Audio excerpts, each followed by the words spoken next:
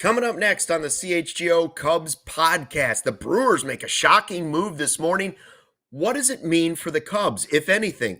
Plus, we're ranking the division catchers. How do the Cubs stack up in the Central? Football is over. Baseball is back. Cubs over everything. CHGO Cubs next.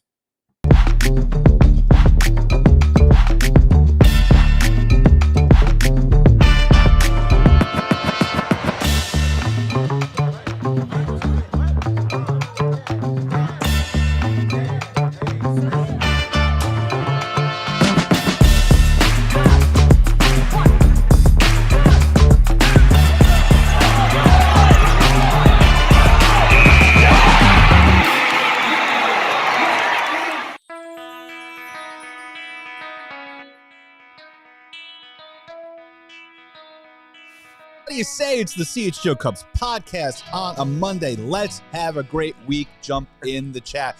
Thank you so much for joining us. Make sure you like this video, subscribe to our channel. Joey Christopoulos, Justin Roman, Luke Stuckmeyer, and Sarah on the ones and twos. Go Cubs. Yes. Yeah. Love that. Ladies and gentlemen, pitchers and catchers report on Wednesday. The first spring training game is in 13 days. Woo. Opening days in 45 days, Woo. Luke. It feels good. This is our time. It is time to lock in on baseball season. I just want everybody to know that I will be showing up to spring training in the best shape of my life. Oh, yeah? That's what every player says. That's what they all say. He's here. Have you seen him? He's in the best shape of his life. He's never been this good. I'd like to that's report how we will show up.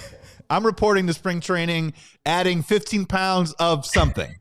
It could be muscle. I'm not sure. That's Rally right. cake, possibly. Rally cake. That's right. I'm gonna be more like the overweight first baseman that kind of limps into spring training and says, "I'm John here." Buck. Pete and Convelia. Matt Stairs. Matt Stairs. That's right. Hey, first of all, I am excited about what's happening. We had obviously the Super Bowl last night. We can talk briefly about that because it was an absolute snooze fest. But it always signals to me football is done. Turn your attention, skip right over the Bulls and the Blackhawks. Let's move on to baseball season. You're right. 2 days till pitchers and catchers have to report, but almost everybody's there. And we will be too, because our big news that we're coming into the show with, which we've had a couple days, just so people that, are new to the show, March 5th through 8th, you can come with us. CHGO road trip to spring training in Arizona. You can go to Cup. We got a kind of a la carte deal if you go to our website. Presented by our friends at Shady Rays. They set the whole thing up for us. We're going to fly out to Arizona. We're going to stay in a hotel. We're going to Sloan Park to see some Cubs games. We're going to have a golf outing, and that'll be with all the All-City teams out there. So we might have some Rockies people in the golf tournament, but it's going to be CHGO Cubs, the diehards, whoever signs up and go. There might be some Sox fans going. It's going to be an all-city golf tournament that you can go to. Plus, the Bulls happen to play the Suns out there. And even though you won't recognize a single name other than Modest on the Bulls, you can go to that game with us because, you know what? The NBA's playing. Why not go? You never know what you're going to see. So get signed up. It's going to be awesome. Get excited about this, right? I'm so excited. You guys ready for that? I am ready for that trip after the Super Bowl. Yeah, I mean, also, what a juxtaposition of the Super Bowl being a snooze fest. I agree. I remember how good the World Series was. I mean, the World Series was awesome. Maybe one of the best ones, 7 games. And I mean, it was down to the wire, an inch away from the Toronto Blue. I mean, that was such a good World Series. It's just a snooze fest of a Super Bowl. And yeah, I'm with you. Baseball is here, and there's nothing better about starting a new season in spring training. I love Arizona. There's never a bad day. And the fact that this trio here, we get to kind of cover 3 Cubs games down there. There is a Sox game. There's a Bulls game. There's a big old golf outing. Tons of bars and restaurants and meet and greets we have. I'm looking forward to a nice boys trip. It's going to be really, really fun for us to kind of bond and everything. And I mean, obviously girls are allowed, but I'm saying us 3 being dudes kind of getting out there and getting after it in Arizona. Yeah, that's what they say, Luke. A nice long road trip early in the season brings the team together. And Luke, Justin, you're bringing up a great point where, as we wipe away the fog a little bit of the football season, which I still, by the way, have my Iceman hoodie on for the first time ever. Nice. As I say goodbye. Better than Drake May, by the way. Yeah, you know what I said yesterday 45 times? Yeah, Caleb would have made that throw. Anyways, I digress. But no, like you're bringing up a really great point that last year's baseball season was incredibly entertaining, filled with superstars, guys rising like Pete Crow Armstrong, Cal Raleigh breaking records. Of course, the headliner Shohei Ohtani with a fantastic World Series. I know it's been a long winter, and I know that we talk a lot about the looming maybe labor stoppage, but this baseball season is going to be so fun and so entertaining. And what better than having a really good Cubs team to go with it? And that starts at spring training March 5th and March 8th. So join us. Yeah, football season was exciting until we got to the Super Bowl, and then it wasn't exciting.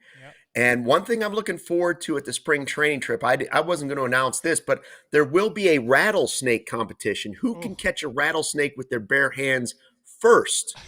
And so I'll be excited to see which one of you guys is able. I'm not participating in it, but you guys, we're going to put you in a ring with a bunch of rattlesnakes. Who can grab a rattlesnake by the neck first? I got to tell you, we went for our baby moon. We went to Arizona, me and my wife, right? Went to Arizona. She's like 8 months pregnant. And we did 5 hikes. I give her credit, 5 hikes, right? But some of those hikes, like there's signs that are like, beware of rattlesnakes. And I wasn't ready for that. I'm like, wait a second, wait, what? Like there's like rattles, and then they're giving you advice about like, don't look it in the eye. And I'm, oh my God, like it became very, very real. So I will not be participating in the rattlesnake contest. I'm out. It's my greatest fear in life. Rattlesnake? Yeah, snakes. I think they should all be destroyed. I don't understand their purpose. They have no purpose on the planet. They don't have legs, so I don't like it. They're hard to disable. The only snake we love is Jake the Snake, Jake Arrieta. No. That's a cool snake. Besides that's that, good. they're all gone. Bad nickname. Don't like it. I'm terrified of them. I hate it. Hey, what I did like was this trade, by the way. The Brewers, that's surprising to me. A guy that finishes – we talk about, as Cubs fans, people are worried whether or not they'll trade Matt Shaw, which is also linked to this story. But like the guy that finished 3rd in the Rookie of the Year voting in the National League, right behind Cade Horton, was just traded by the Brewers. They got Durbin in that Devin Williams deal, right? And so he was there 1 year, finished 3rd in Rookie of the Year voting, and poof, he's gone. And the one thing that scares me about it is, listen, I don't know who's really the third baseman for the Brewers. What scares me is they got a pitcher back in this Harrison kid that was once the best left-handed pitching prospect in baseball. And they always find a way to make it work. And they were willing to do this deal. And so they sold high on this kid they got and had a good season for him. But now if they can add to the Miz and Woodruff and Priester, he's going to be in the mix for their starting rotation. We could talk about what it means for the Cubs, but it'll be interesting to see what it means for the Brewers, who seem to be stocking up on young players again while also trying to compete, which is what they do. Yeah, my other interpretation of it was they have some confidence and belief in Jet Williams from the Mets trade. And we're not even mentioning what's Sprout or whatever, the other pitching prospect that they have. Look, this is what they do. I rarely have empathy for Milwaukee Brewers fans, but you can't help but sometimes think like, are they numb to this now? That like the guys that they get excited about, maybe the guy they think about maybe buying the jersey for, as you said, finishing 3rd in NL Rookie of the Year. See ya. Moving on, doing something else. But yeah, I mean, Jet Williams or this pitcher, I think it's interesting, Justin, that the return for that player clearly, I think, though, is at least a step below what we were discussing if it were to be a Matt Shaw, if it were to be a Nico Hoerner. Yeah. So clearly Boston didn't feel like they wanted to meet that asking price. Right. Cubs stayed pretty firm. They didn't move off of it, and this is the move that the Red Sox ended up making. And from a Cubs standpoint, I'm thrilled that they didn't meet our demands, because we had said last time I was on the show with you guys that they had to blow us away. Yeah. And okay, maybe Jed wasn't blown away. And so I said no. And I think the Cubs are a better team with keeping Matt Shaw. I've been very vocal about that. I think we don't even know what his ceiling is.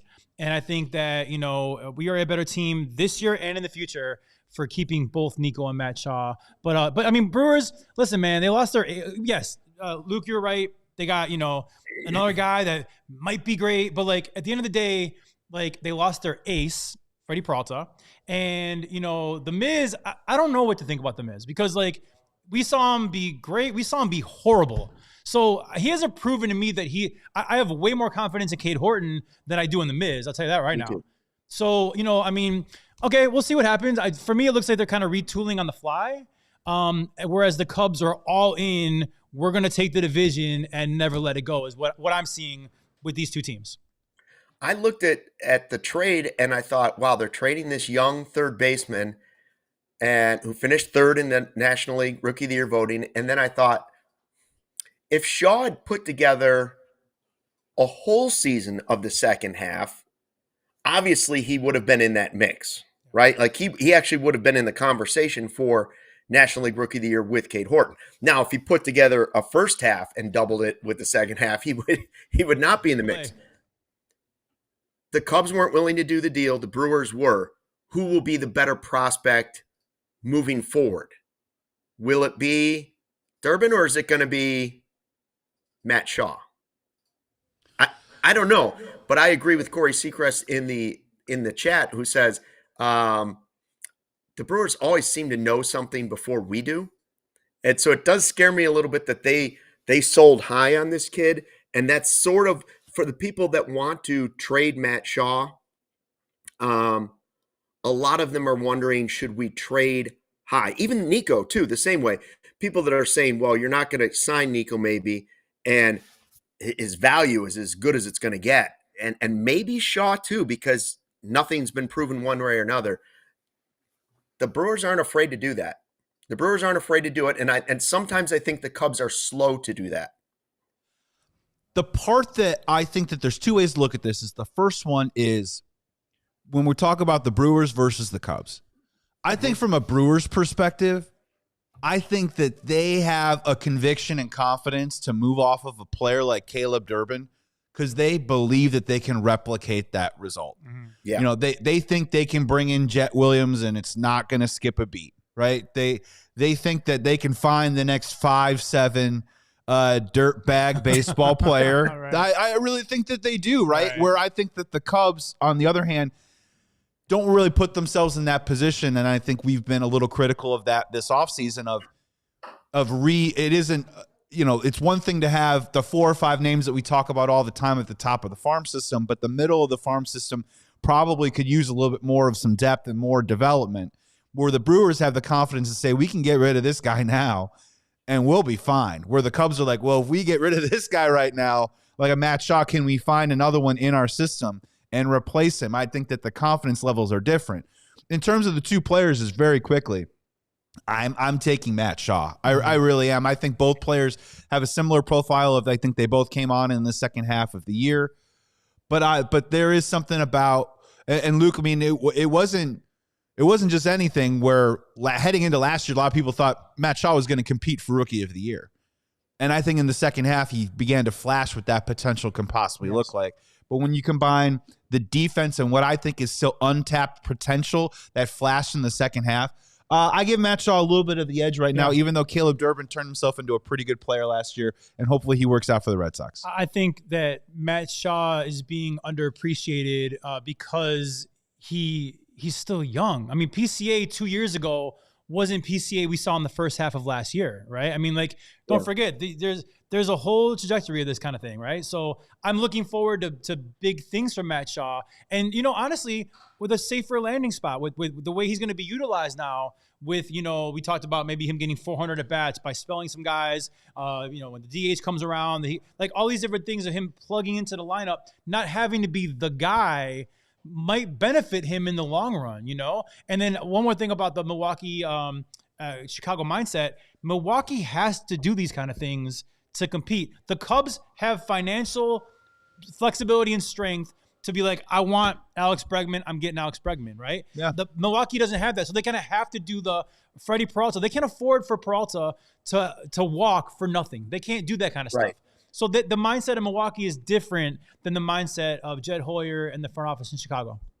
All right, so as we head to break, the question is for the chat and everybody on this panel, the three of us, What does it mean for the Cubs, the Brewers trade? Are they connected? And does it mean that Shaw and Nico are here to stay?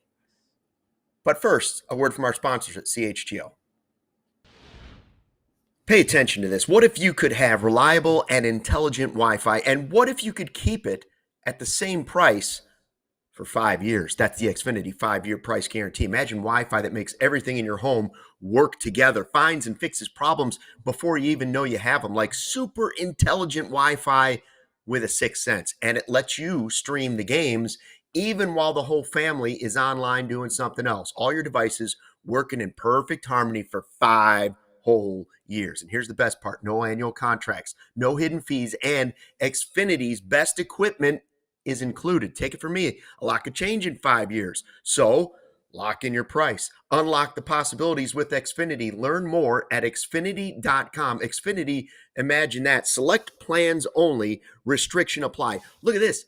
I'm streaming you guys in the show right now, and it's beautiful. Beautiful. Doesn't matter that 7 kids are on tablets. Hey, Luke, you know the baseball season's it's a long year, so I got to bulk up and I got to hulk up right now, and I'm starting this month off strong with premium portion proteins from Omaha Steaks. Whoa. Everybody stay satisfied and get that energy and fuel your routine with premium prepackaged protein delivered to your door with Omaha Steaks. Right now, you can get an extra $35 off at omahasteaks.com when you use the promo code Cubs, CUBS, at the checkout. And, buddy, it doesn't stop there. I got these juicy, beautiful jumbo franks at home. My wife loves the burgers cooked to perfection, the apple tartlets for dessert. It doesn't stop there. Omaha Steaks, it's been America's original butcher since 1917. It's a family-owned company with over 100 years of expertise in the meat industry. And did I mention those mouth-watering burgers, chicken, pork, seafood, dessert, whatever you want, it's ready to roll. So let Omaha Steaks deliver high-quality proteins right to your door. Visit omahasteaks.com. Get that extra $35 only if you use the promo code Cubs, CUBS, at checkout. That's omahasteaks.com, promo code Cubs. Terms apply. See site for details today. Coming back on the CHGO Cubs podcast here, Joey Christopoulos, Justin Roman, Sarah on the ones and twos, and Luke Stuckmeyer on the other side of the break. We're talking a little Matt Shaw, and now that Caleb Durbin is the infielder of choice, perhaps for the Boston Red Sox. I think by default. Not of choice, by default. Yeah, I think it's the parting gift, if you will, for what they tried to do this offseason. Yeah. Now that Matt Shaw might be off the books, Luke, I got to ask you, it's day 27 of the Do Not Trade Nico Hoerner campaign. Can we declare victory? I think we declare victory up to the trade deadline for now. I think they're both here at least up to the trade deadline. Whatever happens after that, like if Matt Shaw has some spectacular first half of the season, maybe the Cubs think, well, we can move on from Nico and still fill that void, or we just don't know where the teams are going to be and where the Cubs are going to be or who's healthy. But for now, I think they're definitely both in the fold. They're both going to be here on opening day, which is, I know what Justin wanted. Yeah. And I do wonder for the Brewers, like, hey, where was their pecking order for what they wanted? The reason I think that Shaw and Nico are definitely better than Durbin is, I think that was a late choice for the Red Sox. The names that we heard the Cubs sort of asking for in a trade with the Red Sox seemed much more impressive than the return. If that was the return the Cubs got for Matt Shaw or Nico, I would have been mad. I'm not saying they're not getting anything because I like the pitching prospect, but it wasn't early. It wasn't their top pitching prospect. And so I look at it and say, man, they really wanted Bregman. Then they probably wanted Nico. Then they probably wanted Shaw. Then they probably wanted Suarez. And they got Durbin. Right. Okay, so that's what the Red Sox got. I look at this and say the Cubs are sitting in a real pretty spot. I really like having the depth going into the season. I know that's not how we saw it unfolding until they got Bregman, and we weren't sure it was going to go that way. But now that they have it, I think it could be one of the really good strengths of the team if it plays out the right way. I think you've raised the floor on this team by keeping Matt Shaw in the super utility role, right? We thought he was our third baseman and we were going to be good, but then we got Bregman. We're better. And our floor has been raised now for keeping Shaw, I believe. And, for this year, I think we're a stronger team with Matt Shaw. But don't forget, Nico, Seiya, and Hap are all free agents at the end of the year. Matt Shaw can easily play any of those three positions. So whether you extend Nico and maybe you let Hap walk, whatever it is, Matt Shaw is cost controlled for, I don't even know, 5-6 years.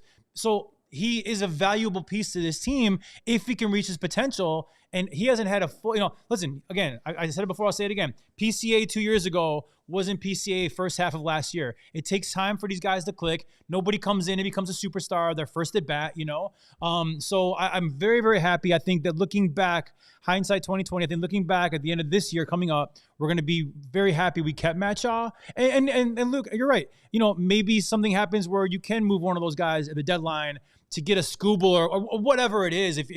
Let's talk crazy, but for right now, going into the next season, we are much better off having Matt Shaw and Nico Hoerner than one or the other.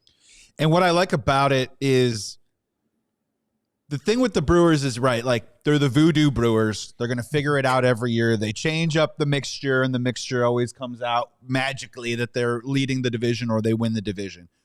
But they continuously have to do it over and over again. You're pulling from a player that helped them have success to go to the NLCS last year. Nothing is guaranteed. They're banking on a guy like Andrew Vaughn repeating, whatever his reclamation season, his rejuvenated season last year, they're asking him to replicate that for a full 162. And just when you look through across the NL Central, just what I like about all this stuff is that if you go from team to team, Brewers did not add anybody of significance that has a proven track record. They subtracted Freddie Peralta from their team. The Cincinnati Reds did not add anyone of significance other Eugenio Suarez. The Pirates, they made some moves. Yeah, Marcelo Zuna over the weekend is going to help them. Brandon Lowe is going to help them. They're still the Pirates. They're still the Pirates. And the Cardinals sent everybody packing. So whatever it is, the two major moves from the Cubs this offseason trump any other move that happened in the NL Central. Totally. And we are still the team that won 92 games. And to our point, when we talk about guys like Matt Shaw, hopefully following the path of Pete Crow Armstrong, we're hoping that some of these younger players get better. And we're also hoping that some of these veterans in a walk year maybe have their best year yet. Yeah. So just when you look across the canvas of the division, it still is advantage Cubs in a lot of different areas, Luke. Yeah. Did you say day 27 of the Don't Trade Nico Yes, campaign? day 27. So I was just about to say, let's just cancel the campaign because we don't need to do it anymore. We've won the election. We did it! We've won. We did it! But just as I was about to say that and declare it, there is one other way, and but there is one other way that it could still happen. Probably not before spring training, but if a team that thinks they're going to compete for the World Series, win the World Series, loses their third baseman or second baseman or shortstop or second baseman, if they lose one of those two guys to an injury at spring training that's season ending, right? Like ACL, something horrible. Well, then the Cubs will start getting those calls again. I think the calls would die down right now. I think most teams are like, we're good. Right. This is the team we have. And I think the Cubs are like, we're good. But if something happens in spring training, that's the way sometimes that can come back. But I think we can stop the campaign. I think the air horn was valid, that we will see them when we get to our spring training trip, March 5th.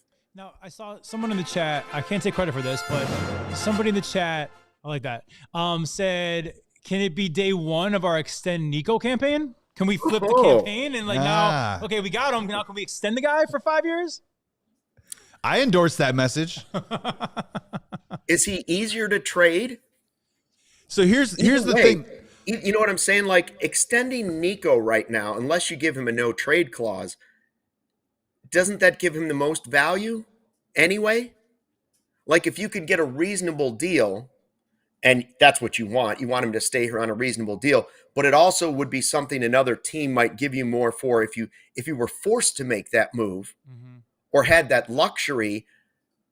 Instead of a guy on an expiring deal, if you're trading a guy that's got great value, maybe that's smart too. So I would say actually extending Nico makes a ton of sense right now, even though it is possible he's not on the team next year.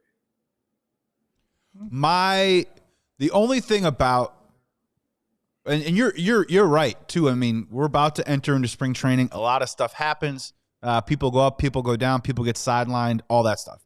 The only thing that I would say to that is we're getting so deep into it, and it is now day 27, and maybe it's day 1 of the Extend Nico campaign. Yes. The only thing that I would say to that is if there were a player to go down and they started calling the Cubs, that team better be a damn American League team. I don't want to hear anything about value in the middle of spring training when this team is primed and ready to roll. I don't want to hear they got – wow, we're really excited about the return for Nico Hoerner because they traded him to like the Mets. You know, like that's the only part is like you're and I'm with you. I think like once you get into it, sure, but like once you get in the middle of spring training, it's kind of like past the point of no return, right? He's either in or he's out. So unless it's like the Mariners or something like that, like I'm not trying to hear that, you know. And also too, if Luke, your hypothetical situation happens, you know, everybody's going to know the Cubs have all the leverage. You know, if a team like the Mariners is desperate because their second baseman blew out his knee, I mean, we literally can set the bar up here, you know, and like do a fantasy baseball trade. If you take it, you take it. If you don't, we're good. So I think both. I truly believe Nico and Shaw are going to be on this team for opening day. And I'm really, really excited. I think the Cubs are a better team for it. Yeah, and I just like that the other team in town subtracted their third baseman and we added third baseman. If you're just comparing positions, which we'll do later in the show with catcher, like the Cubs have increased their value at third base, which was a question mark for sure going into last season. And if you want to go back just the beginning of last year or 2 years ago, or go back to Christopher Morel, we now have a significant proven commodity at third base. And the backup play there is better than anything most likely the Cubs have had since probably Chris Bryant, right? It's Shaw. When you look at Shaw, whether you love his game or believe fully in it, is he a better play right now than Miles Masterboni as your utility guy? Yes. Is he better than, you know, Nick Madrigal as your utility guy? Yes.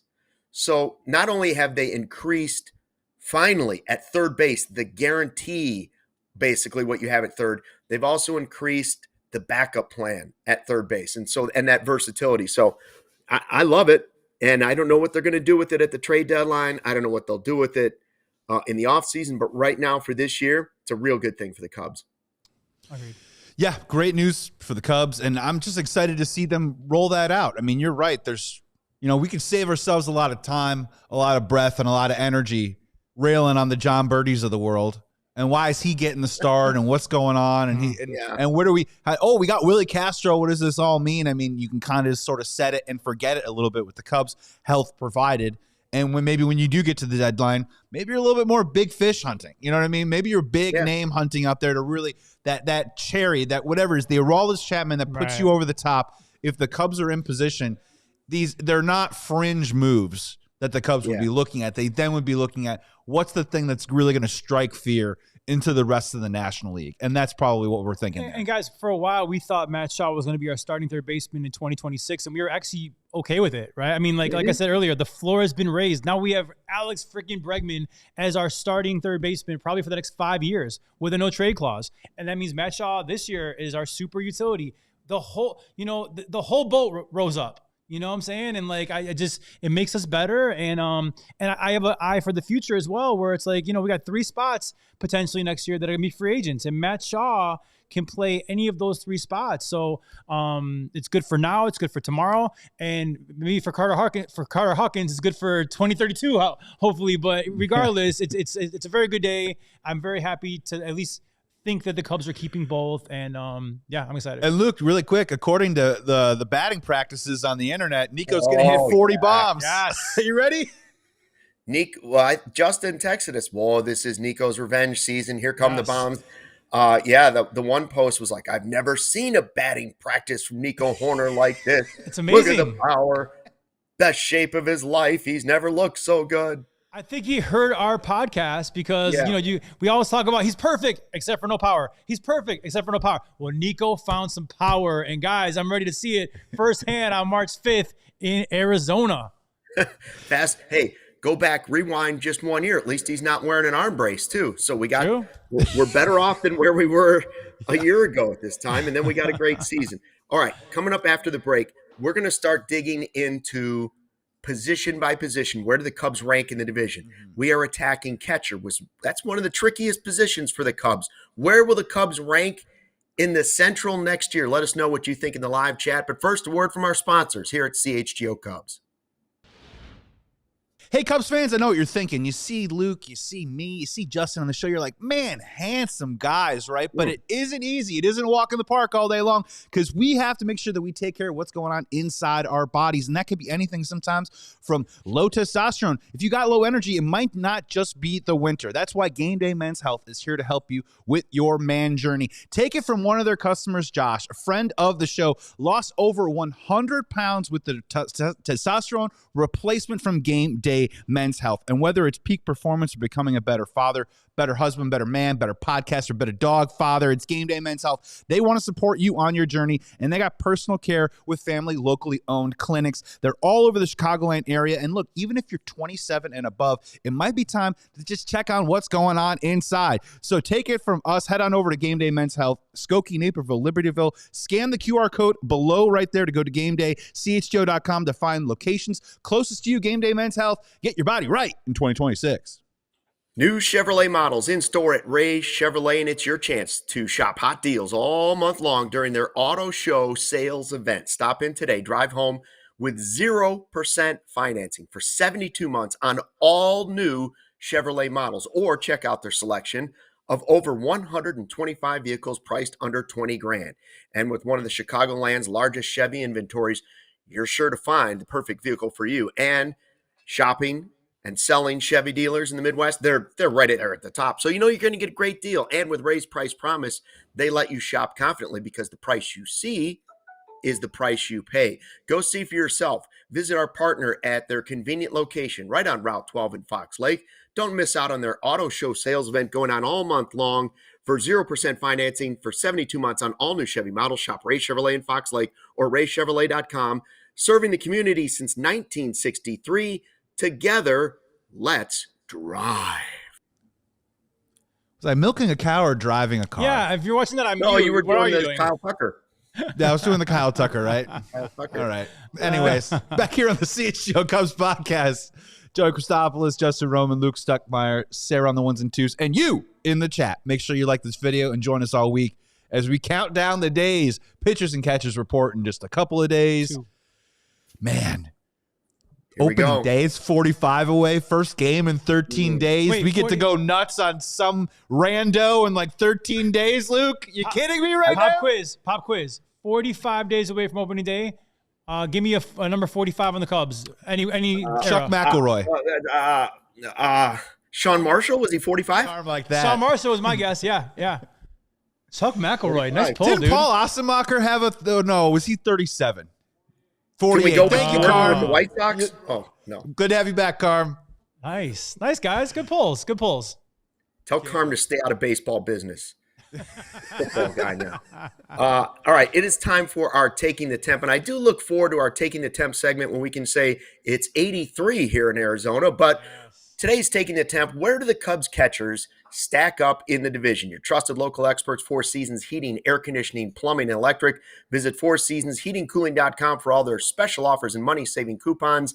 That's FourSeasonsHeatingCooling.com. So where do the Cubs stack up in the Central with their combo catcher situation? And, I went through the zips this morning. I was looking at it. This little 30 seconds, for 30 seconds, we will give the nod to the Brewers saying, I think pretty easily they have the best. But we're going to start at the bottom. We're going to go 5-1, okay?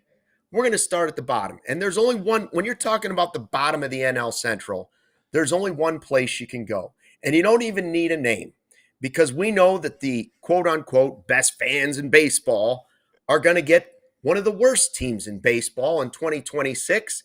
And so we are ranking the 5th spot in the division for catcher, the Cardinals, because they are an irrelevant team. It does not matter who their catcher is. They've traded everybody away. They were irrelevant last year. They are irrelevant this year. Now, actually, Pedro Pajas is not a bad catcher. He might have ranked somewhere in the middle, but because the team is irrelevant, it just doesn't even matter who's their catcher. Frankly, Joey could be their catcher, right? It doesn't matter. Yeah. Anybody from our CHGO softball team could be on that list. And by the way, Justin, back-to-back champions. I don't know if you're going to want to get involved with that this season. I'm too old to play. Back-to-back. Three back-to-back. And GN. Only if you guys could have a left-handed first baseman that's a Gold Glover. Up to you guys, whatever. But let me know. Oh wow! Because I heard Carm might retire. You said that the Cardinals are an irrelevant team. I say irrelevant city as well. St. Louis is boring, and That's who right. wants to ever go there? And I agree. Like, why are we've wasted too much time talking about number 5 right now. Let's move on because it is just irrelevant. Yeah, in St. Louis, give me St. Nick, Santa Claus himself. What kind of a name is that town? So who did we put number 4? Well, it's got to be the Pirates, right? Like, there's nothing. Henry Davis, I didn't even have to look up the stats. I know Henry Davis is just a guy. He's just a guy. Was a good prospect. Is he still a good prospect? No. Henry Davis. I mean, you're going from irrelevant to, well, he's not Mr. Irrelevant, but he's one step above him. Whoever the Cardinals are going with Pajas. But has decent pedigree, so like possible. We haven't seen what he's capable of yet. So Okay. Number 4 is very much where he should be. Yes. Yeah, in the minors, obviously had an OPS over 900. Definitely a defensive first catcher, the classic version of that. If you try to do StatCast fielding run value, he's right in the middle of the pack at the NL Central. The DRS fielding Bible, though, defensive run saves, has him second in the NL Central with 8 defensive run saves last year. So if you are the Pirates, right, like you just want a dude to handle the staff, a staff that you feel really positive about, that you think is your future. So Henry Davis is not scaring you with the stick. Let's put it that way. So, 5 and 4 were pretty easy, right? 3, I think, is pretty clearly Tyler Stevenson, but how do you feel about Tyler Stevenson of the Reds? I've always thought he was going to be a better player. Then I went back and looked at the F WAR, and you're like 1.1, and they're pretty much expecting the same season in zips from him next year. He hits some home runs. He's a nice enough catcher. But if I compare him to, say, Miguel Amaya, like if Miguel Amaya actually was healthy this year and played more games, I think Miguel Amaya's F WAR would be higher than even the 1.1 with Stevenson. I keep thinking he's going to do better. So what do you think of Stevenson? I think pretty clearly that Carson Kelly and Miguel Amaya together are number 2. But I think even Amaya alone or Kelly alone is better than Tyler Stevenson. Yeah, the thing with Tyler Stevenson is he is the exact opposite of Henry Davis. He is an offensive first catcher, right? They have to play Jose Trevino a lot because of, frankly, Tyler Stevenson is absolutely horrible defensively. Fielding run value, -8 for Stevenson. Framing, -8 last year. Defensive run saved by fielding Bible, -4. He is a subpar defensive catcher. He is a guy that's driven in 50 runs over the last 3 seasons, something Carson Kelly did last year for the first time in his career. He's going to pop, 12, 13 home runs, but that's pretty much it, right? Like, so when we talk again about are the Cincinnati Reds dangerous? Like, yes, they have a lot of potential in the rotation. They have a couple pieces offensively. If they bounce back, could be pretty solid and decent, but like, what makes the Cubs cool and interesting are those details of defense, consistency, the things that the Cincinnati Reds lack. So Stevenson, I think, is 3rd. But yeah, defensively, he's perhaps the worst catcher in the NL Central. I'd say that. I'm really excited about this Cubs catching duo, if you will. I think, don't forget, we signed Carson Kelly to be Miguel Amaya's backup, right? It just didn't work out that way. And Carson Kelly had a great year and all these different things, but I still really, really, really want to see a full year or a majority season of Miguel Amaya healthy. One of our former top prospects, and you saw when he was healthy why he was that. It seemed like he kind of finally put it together, and them as a tandem was really, really good. But I mean, listen, Carson Kelly, I think is who he is, and he's great for us. I think he fits perfectly. I don't think we know yet what Miguel Amaya is, and I'm really hoping to find out this season. And I hope it really returns back to a Miguel Amaya is your starter and Carson Kelly is your backup. No matter how it shakes out, I agree. That tandem is number 2 in this division. Yeah, Luke, Amaya Amaya in 2024 in the second half when we were like, oh, this could be a guy that he's healthy, finally going to help us. /271 with a 316 on base, 444 for a catching position. Yeah. That's pretty damn good, especially with that slug. And when we're talking about Miguel Amaya, the reason why we're rooting for him is he's a guy that's easy to root for. But Luke, he really is a guy that could be another small little X factor because, again, with Carson Kelly, first 199 at-bats, an 899 OPS with 24 extra base hits. His final 170 at-bats, a 596 OPS, way subpar league average with only 7 extra base hits over his final 170. We like Carson Kelly, right? But I don't think he's a guy that's built for 162. And that's why Miguel Amaya and that combo is so important. Well, what's interesting is, like Justin was saying, Carson Kelly was supposed to be the backup.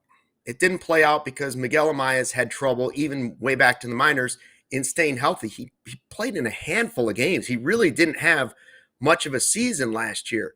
But if you look at the stats and you go through it, there's one that sort of jumps out to me. And I'm not a numbers guy. But if you look at just WRC plus, which is supposed to be the hitting stat that tells you sort of the most about guys, right?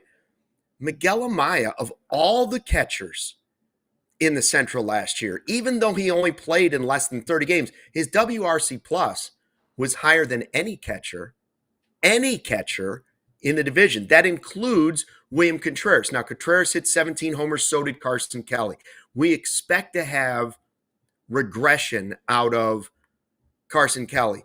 But if you look at Miguel Amaya, assuming he can stay remotely healthy, you see the exceeding projection side of Miguel Amaya. So while we might not get that season from a 2.6 FWAR out of Carson Kelly, and Zips is saying he's only going to be 1.8 this year, you could guess that Miguel Amaya's 0.8, Zips is saying now 1.0. But if he actually stays healthy, I think Miguel Amaya hits way more than the 8 projected home runs. He had 4 last year and he barely played. So could I see a scenario where those roles almost flip next year, right? For lack of a better term, almost flip, that Miguel Amaya, if he's healthy, could pick up the offensive side and the extreme exceeding projections we got from Carson Kelly. What if they just kind of each go a little bit the other way? And hopefully Amaya goes a lot the other way in the health category. And I don't think it's actually crazy to say the combo could provide even more next year.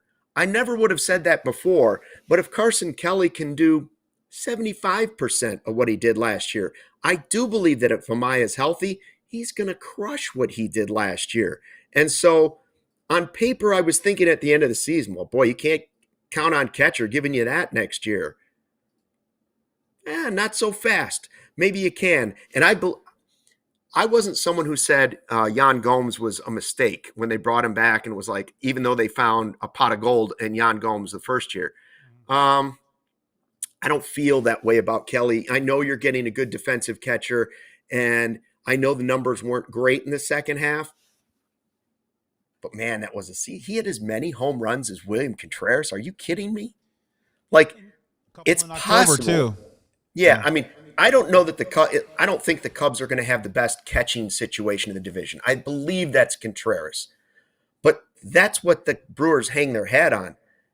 Catcher is like a last thought for the Cubs, and I think they're no worse than second in the division, even if Kelly regresses. We're talking about a guy, whether it's Carson or Miguel, that's going to bat, 7th, 8th, or 9th? I mean, like, you're talking about a guy that's going to bat way down in the order. And I completely agree. Like I said, I think, Carson Kelly was signed here to be a backup catcher to Miguel Amaya. And if that can happen this year, I think Carson Kelly, he just wore down, are batting him cleanup. Like, why? I still hate Carson Kelly in the cleanup spot, but like, he shouldn't have been playing as many games as he was. That's probably why his second half wasn't as good as his first half. But if Miguel Amaya is healthy, Carson's not playing as many games, and then I think that you flip-flop it. Miguel Amaya is your starter, Carson Kelly's your backup, and it is not crazy to think that they could either at the very least stay the same production-wise as a duo, but I do think there's more in there because Miguel Amaya, we don't know exactly what his full potential is. Health will play a big part in that. Yeah, and you can maximize your offensive potential if you can get a little bit more matchup heavy with these two players and get them and put them in the best position to succeed. Really quick, I just want to shout out the comment from Chicago Dude. 8888. Cubs have a 90-win floor and a 91-win ceiling. I'd love to walk through that room. Love it. Can you imagine a ceiling that's right next to the floor? I think you'd be literally walking on your belly button. I got a question for you guys. It's just a tight floor to a ceiling. Yeah, Justin could never fit in that house. No shot. Done. No shot for Justin. I got a question for you guys. Let's talk about the third catcher in the room, shall we? Yeah. I want to believe in spring training that the Cubs are going to give Moisés Ballesteros some run behind the plate. Why not? Now, I'm not sitting here and saying that he's going to be a guy that's going to catch 40 games for you. But could he catch every once in a while for you to get his bat into the lineup? Can he be serviceable enough behind the plate to get it done? If you look at Carson Kelly and Miguel Amaya, frankly, defensively, the metrics say they're about league average. Carson Kelly, a couple of defensive runs saved. Framing is a minus with ABS. Who knows where that goes? And sometimes when we're talking about stolen bases, a lot of that has to do with the pitcher more than it has to do with the catcher. But my question for both of you, and Luke, if you want to go first, is sometimes they will like to pair. Sometimes you pair a pitcher with a catcher. Yeah, that's what I was just about to say. David Ross. So my question for you is, if it's February, pitchers and catchers report in 3 days. If you could pair Moisés Ballesteros with one of the Cubs starters right now to have him work with just that one pitcher, and maybe on that day when he pitches, Moisés Ballesteros is behind the plate, who would that pitcher be for you? So you're saying a personal catcher, which is exactly as you were starting to ask us the question, I was like, I wonder if they will go that route. The personal catcher route with him. Have him work with one guy. Get really good at handling one guy, and we could throw you out there every other start of this one pitcher. So for me, there's two ways of going with that if that's the way they want to do it. And first of all, what it does if you do that personal catcher is it limits the amount of voices, right? Like, I don't need every pitcher trying to tell them everything they know. I want to simplify it because you're not going to be doing that much. Simplify the game a little bit. You're not going to try and learn all three outfield positions and third base and first base. Catcher, one pitcher, one piece of information, one coach. Here it is. There's two ways they can go with it.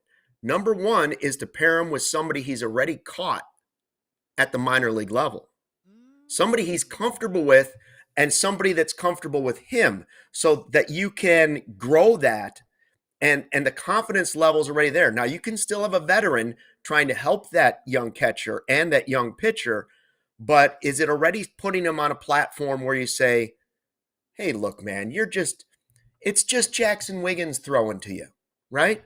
It's just Cade Horton throwing to you. Don't feel bad. It's simple. He doesn't have that many pitches. That's one route. The other route is to put him with somebody that you say, this guy's basically a coach. And no matter what he calls, we know this guy will shake him off and use pitch comments saying, no, this is what we need to do. And this is what we're going to do.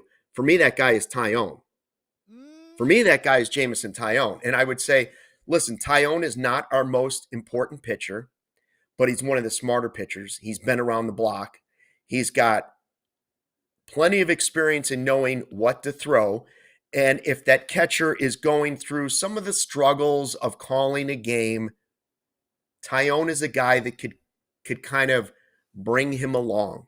And if they struggle a little bit together, like you said, twice a month, once a month, even, like it's just a Taillon start once a month, twice a month, and side sessions. It's not the end of the world. So in that way, I think it's a better move than pairing him with Wiggins or somebody that you would have had at the minor league level, because I don't want to put that pressure on the young pitcher either. Right. That they're trying to learn together at the same time. So I think if they do that, they should go the veteran route. I think there's a third way that we have not talked about yet, and I will be the one to talk about it because I am Hispanic. I think that you put him with somebody who speaks his language and somebody who's a Latin player as well. And in our rotation, that's Edward Cabrera, right? So Mo Baller and Cabrera, there's a common language there. I think that Cabrera's new. He hasn't thrown to anybody, right? So like, it's not like he's used to Carson Kelly or anything. So I don't think they're going to do this, but I think there is a third option there of like putting him with someone that like culturally he's compatible with, and they can speak the same language. So I think there's a third way there. Yeah, and like that. Yeah, catching 97-mile-an-hour changeups is pretty easy, right? When there's a ton of swing and miss. My initial leaning was Taillon too, because I was trying to put myself in the perspective of the catcher of Taillon loves to throw first pitch strike, and also is there a guy? And this is the tale as old as time with pitcher and catcher. Is if I need to bury a pitch, can I trust my catcher to knock it down, to snuff it out and suffocate it? I don't know if I'd want to put Cade Horton and Moisés Ballesteros in a Cade Horton type of situation.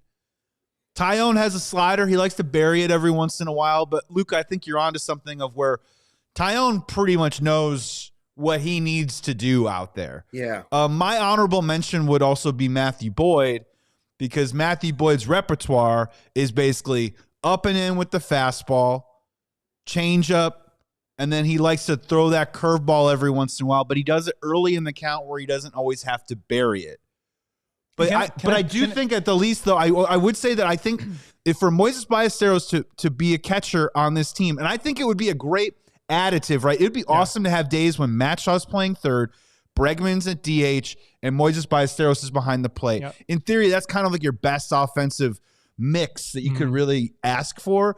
I do think, though, that I think we're on to something that if Moisés Ballesteros is going to do it, I would have him work with just one guy. Right. And probably it'd be maybe the day where Moisés Ballesteros catches the first 6 innings, and I don't think we see him in a lot of 7, 8, 9s. You know what I mean? So I want to piggyback what you said about Matthew Boyd. Matthew Boyd has a phenomenal pickoff move. So it kind of could hide some of the defensive blemishes that Ballesteros might possibly have, because Matthew Boyd can keep that runner super, super close because he has that phenomenal pickoff move. So I didn't really think about that. But if you're looking for a veteran who now can defensively help this catcher as well with his pickoff move, that is something to think about. And I like Cabrera too, but my only hesitancy with Cabrera, Luke, is that Cabrera does have a hard time keeping runners on base. And Taillon also has a hard time, not keeping them on base, preventing them from steal. Cabrera and Taillon give up a lot of stolen bases. That's the other part. Would it be the gates fly open on the days when Moisés Ballesteros is behind the plate? Because Cabrera and Taillon sometimes struggle keeping guys at first base. I mean, there is a scenario, too, where we get through spring training and it just doesn't work. It's not working. And then you have the non-roster invitees, which I know we could touch on that tomorrow, too. But, they have a bunch of catchers there because you have to have that depth at spring training because it's always by attrition. Somebody's always going to get hurt. And Christian Bethancourt, the Christian Bethancourt game could happen again. And he's on that list. So I ask you, when we talk about Mo Baller, and, I think that's everybody's fantasy, is that he becomes at least the backup catcher to get some games that way. And all of a sudden we're looking at our big dumper, right? It's big dumper 2.0, the National League's big dumper. That's what we're hoping for. And frankly, the Brewers found their catcher. I don't know if everybody thought William Contreras was going to be the catcher that he turned out to be. Now, defensively, he was better than what we're seeing out of Bethancourt. Do we think Bethancourt, or do we think Mo Baller has a better chance of succeeding at catcher than Christopher Morel at third or Kyle Schwarber behind the plate? Those are the two guys I can think of where we were like, ooh, what if we could turn this guy into it actually worked with Carlos Marmol, and it actually worked with Wilson Contreras, who was not initially a catcher either. Yeah. So it's like, it's worked in other places, but the two where I go, wow, that seemed like a long shot. I mean, Schwartz did play it at college, but he just wasn't a great defensive player. And Morel, we thought he's athletic. He could play third base. And it was a little more difficult than we thought. Mm-hmm. Mm-hmm. Does he have a better chance than that? That's okay. That's a great one. I have to give the edge, even though he was an abhorrent infielder. I have to give the edge to Christopher Morel because he had the most run out there. Yes. By hook or by crook, hell or high water, he was out there. He made a ton of mistakes. It wasn't great, but they at least got to the point where they're like, we're going to try and do this every day. Because they needed it. Yeah, I think Schwarber as a catcher. Yeah, Schwarber as a catcher felt like a non-starter from the jump.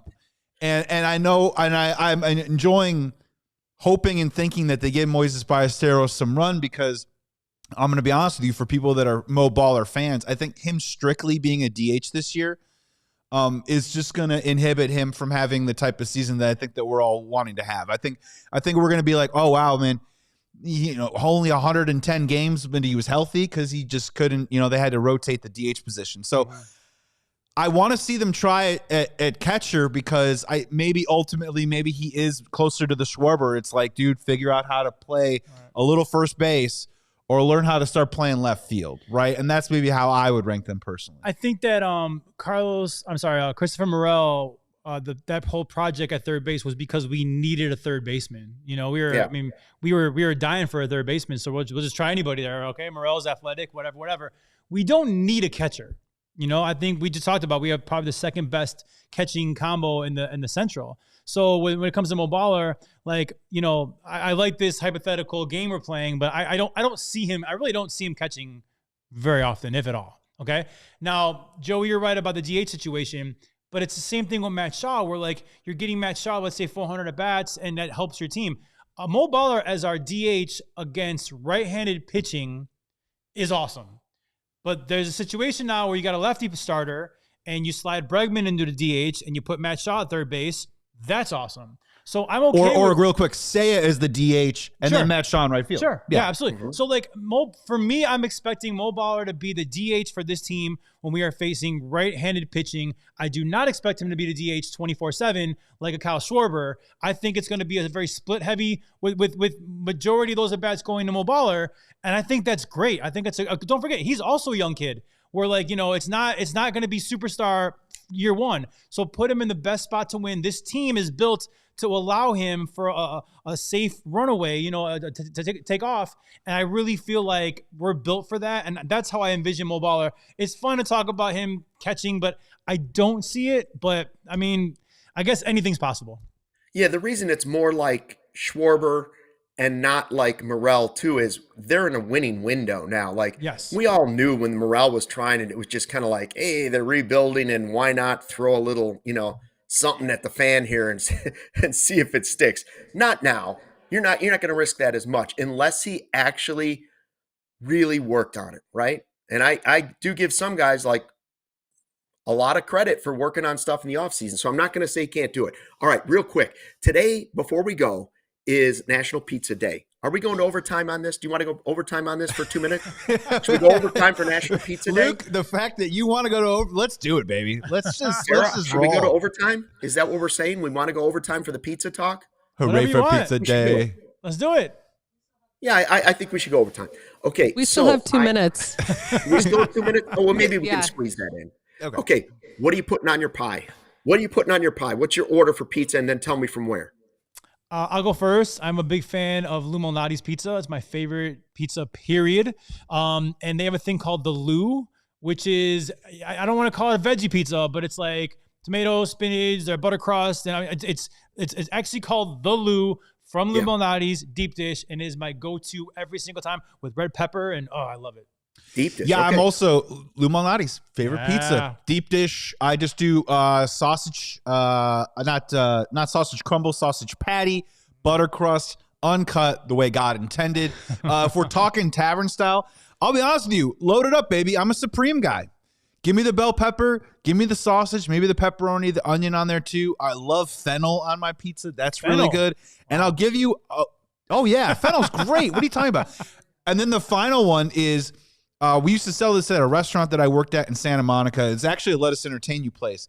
It was a prosciutto and egg pizza. So you had Parmesan and Pecorino with a sunny side up egg in the middle of the pizza with thinly sliced prosciutto around the pizza. And then you cut it and you dip it. Don't knock it till you try, baby. It was really good. I've got that one too. Luke? I will tell you that in Arlington Heights, I've been going to either Tortorici's or Wayne's. Tortorici's or Wayne's. And I learned something from listening to Tom Waddle. He goes with the SOB, and it's my favorite pizza now, the sausage, onion, bacon. Crispy bacon, please. Crispy bacon, sausage, onion, bacon. But I will admit, I'm not against pineapple on a pizza. And I'm not against, I go pineapple, onion, Canadian bacon sometimes from Tortorici's, and that is thin crust, delicious. Of course, tavern style. All right. I guess that's enough pizza talk for today's show, but we can, next time we can go a little bit over if we want to. You can't see Luke's hands, but he's ordering a pizza right now. No, actually, we logged on at about 1:00, and then I went up and I had leftover Tortorici's deep dish slice. And that was just sausage and onion. I had leftover Lou Malnati's, not even knowing today was National Pizza Day. So see, something was in the sky. That's right.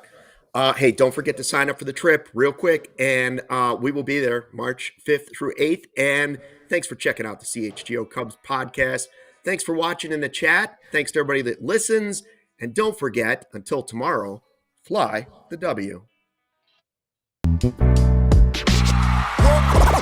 all silly like the mayor.